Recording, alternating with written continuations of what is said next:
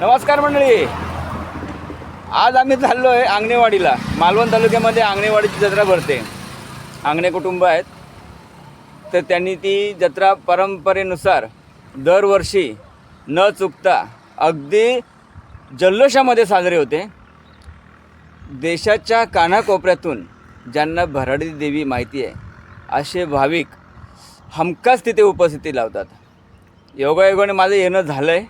आता आम्ही चाललो आहे जत्रेला मजा करायची. बाहेरून का विना पण दर्शन घ्यायचं, कारण लाखोमध्ये भाविक असतात. त्यामुळे किती वेळ लागेल काय माहिती नाही. आता आपण पुढे जाऊन जत्रेचीच शूटिंग करू आणि तिकडचं दृश्य आपण लाईव्हमध्ये बघू. चला तर मग. आता आंगणेवाडीला जाता आता हे बरेचसे गावं लागतात.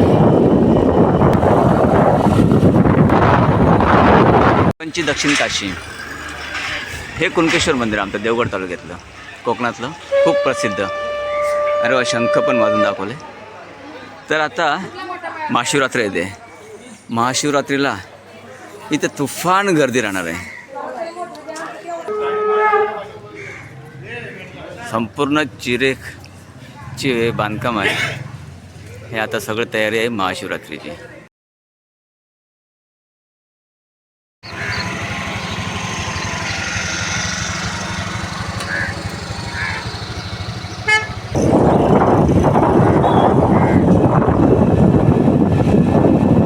आता अशा ठिकाणी गाडी घातली आहे की पायवाटेमधून आम्ही गाडी घेऊन चाललो.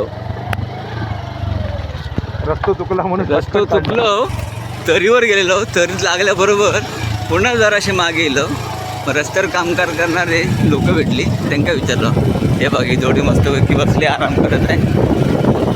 ते चिऱ्याची पायवाट घाटी म्हणतो आम्ही. एका त्या घाटीतून सरळ आम्ही जातेलो पुढे.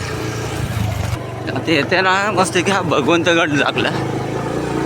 किती दुर्लक्षित आहे. हे मसुरेची खाडी. एकाच वेळी जर 2 गाड्या आल्या की थांबलेच पाहिजेत. आता आम्ही जवळपास आंगणेवाडीच्या थोड्या वेळात आम्ही आता आंगणेवाडीमध्ये करतो प्रवेश. आता आम्ही आलो पार्किंगला. इथून आहे पार्किंग जबरदस्त पार्किंग लागलेली आहे. पोलिसांचा बंदोबस्त ही खूप चांगल्या पद्धतीने चाललं आहे. पोलीस त्यांची भूमिका चोख बजावत आहेत.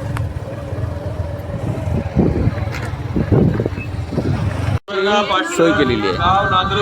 खबरदारी म्हणून इकडे फायर ब्रिगेडची पण गाडी आहे. अनाउन्सिंग होते.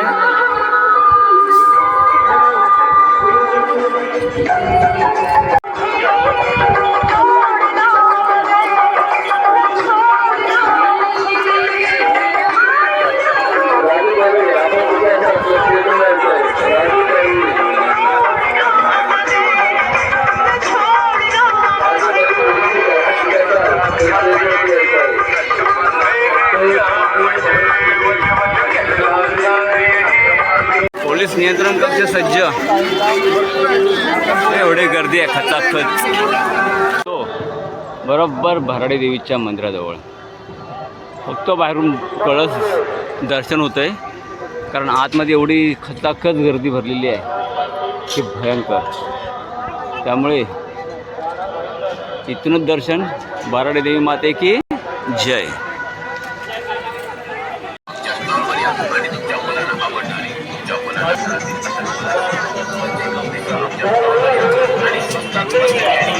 आकाश पाळण्याची आताशी जोडाजोड चालू आहे. ते संध्याकाळनंतर चालू होईल. रात्री तर अजून धुमाकूळ.